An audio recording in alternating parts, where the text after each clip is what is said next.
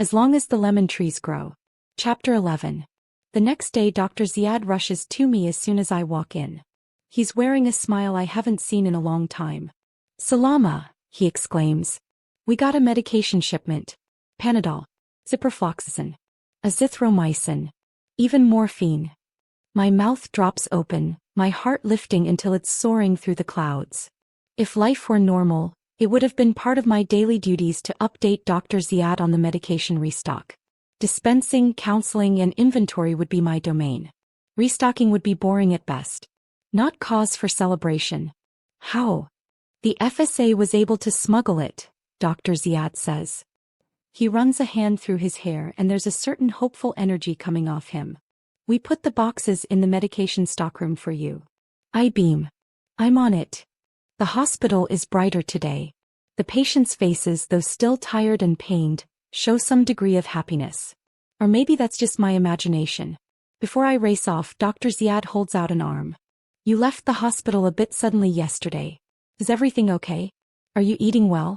Sleeping? Do you need anything?" "I'm all right," I say.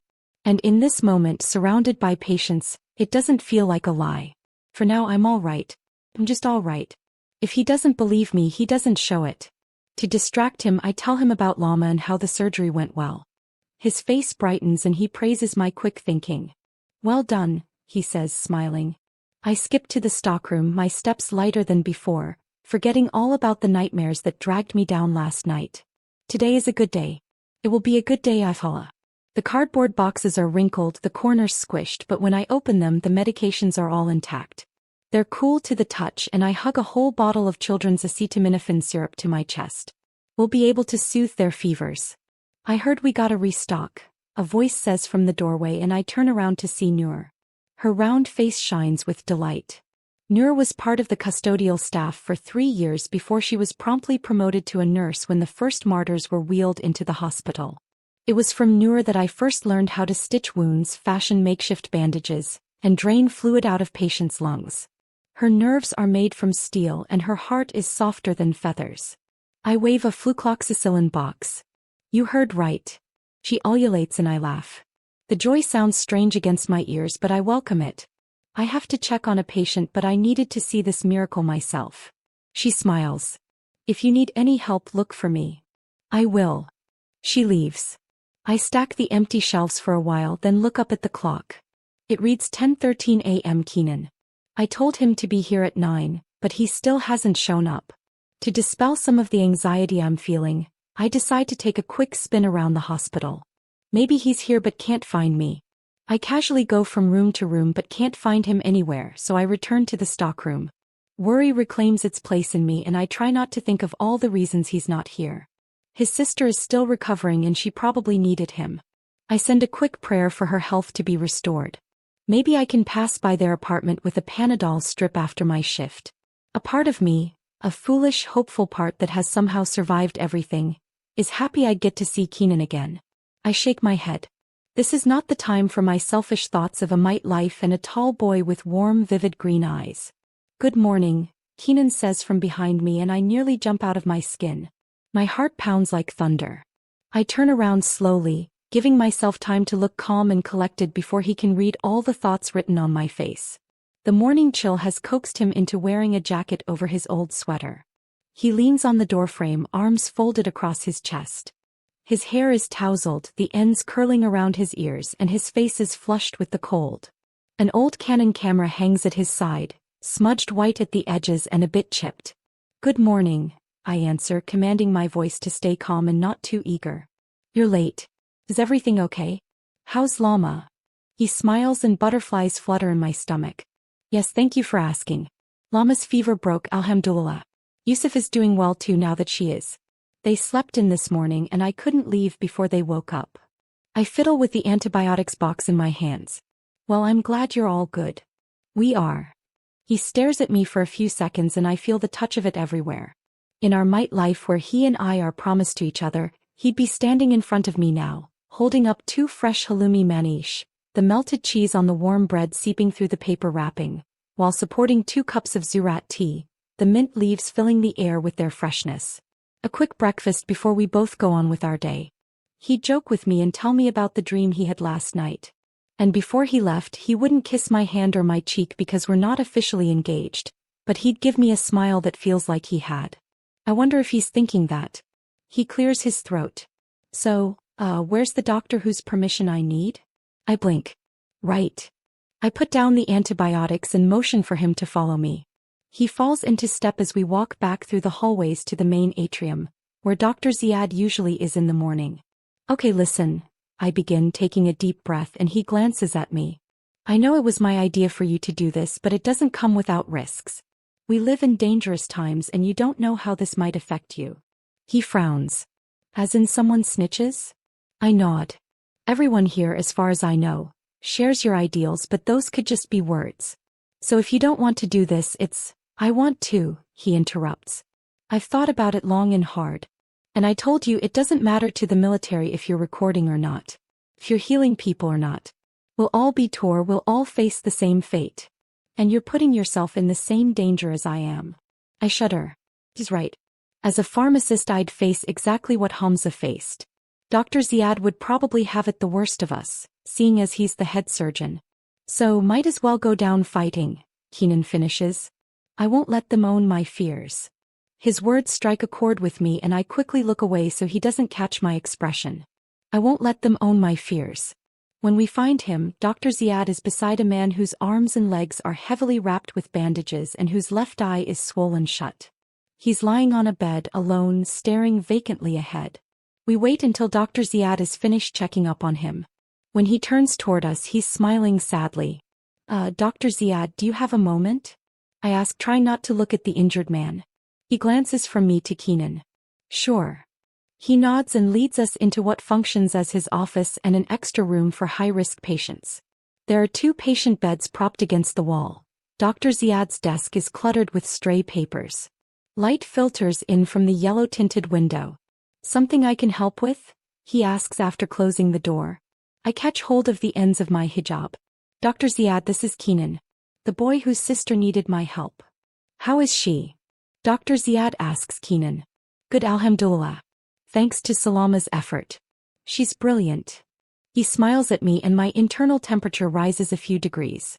We're very lucky to have her, the doctor agrees. That's very kind of both of you to say, I murmur, feeling self-conscious.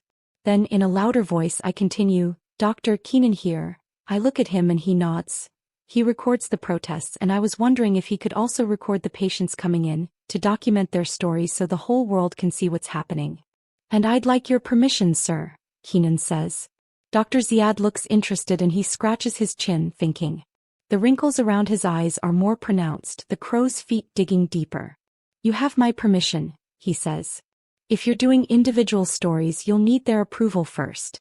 But if a large bombing happens and they bring in the victims, show it all. Keenan grins as he shakes Dr. Ziad's hand, thanking him. Dr. Ziad bids us goodbye before leaving to complete his rounds. I like him.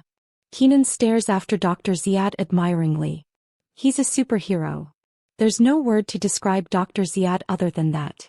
Yalla. Let me show you around the hospital. Keenan's eyes light up with an equal amount of sadness and happiness, and the effect of it plays on my silly notions of hope. On that might life.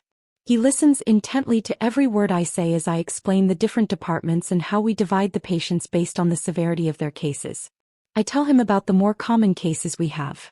Sometimes the shock of seeing bloodied bodies, especially the children shot by snipers, is enough to make me break down. I don't tell him about the many times that has happened. How often I've had to rush out of the hospital and vomit. We pass the maternity ward on our way back to the main hall.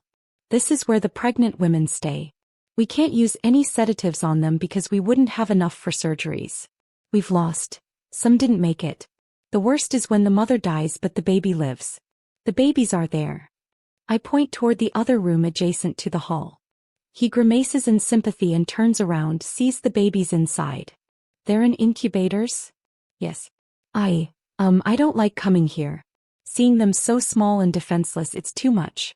Some were pulled out of their mother's wombs and need the incubators to survive. Others are a few months old and sick. What happens when they get better? I grimace. The lucky ones have family. The others either stay here until an orphanage can take them. I shudder. I don't want to bury babies. My heart races. Lotus. Pinkish leaves. Stabilizes blood pressure. Heals inflammations. Lotus. Lotus. Lotus.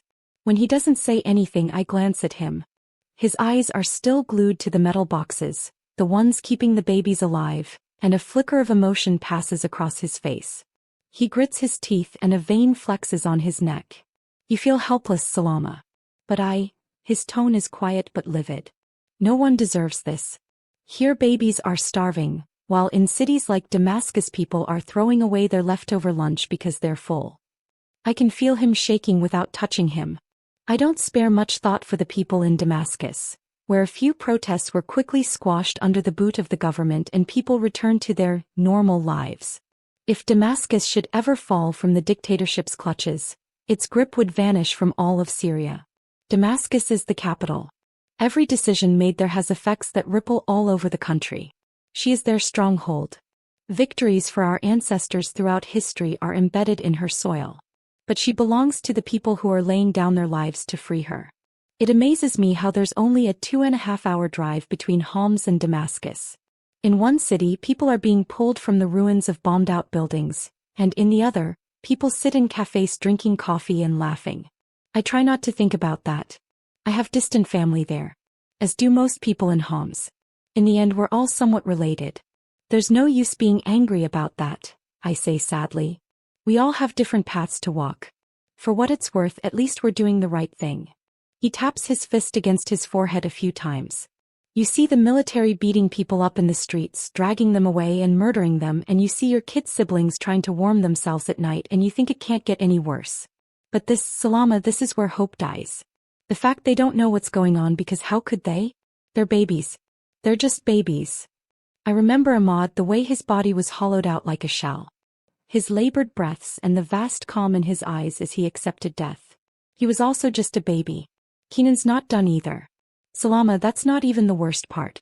How can you guarantee the bombs won't hit the hospital? How? Don't, I whisper. He faces me and catches the terror on my face. Don't say it. He shudders, nodding. This time we're both thinking the same horrible thoughts. That our days at the hospital are numbered. That it's only the Free Syrian Army in Old Homs who are defending us against the military. We are surrounded from all corners in the sky.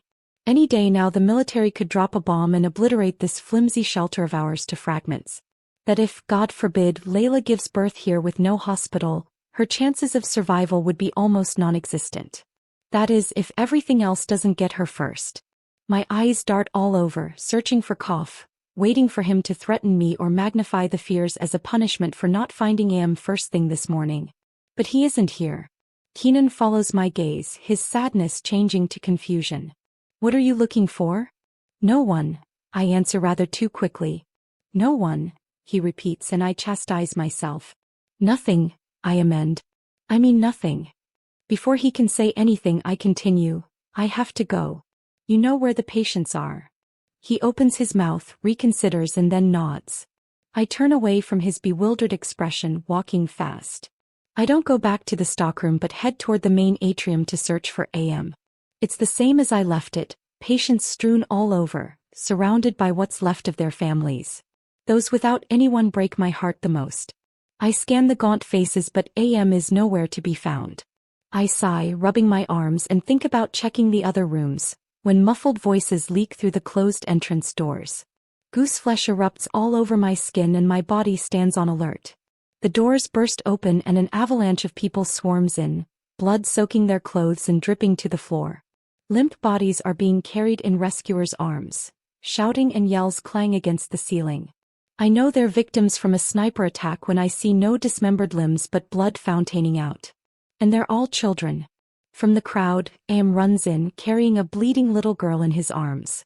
His face is torn with anguish and fear. "My daughter," he yells to anyone who will listen. "Help me." Kof stands beside me now and presses a finger I don't feel to my forehead. A horrible thought comes to life. "Do it," he says, and Layla's tear-stained face flashes in my mind.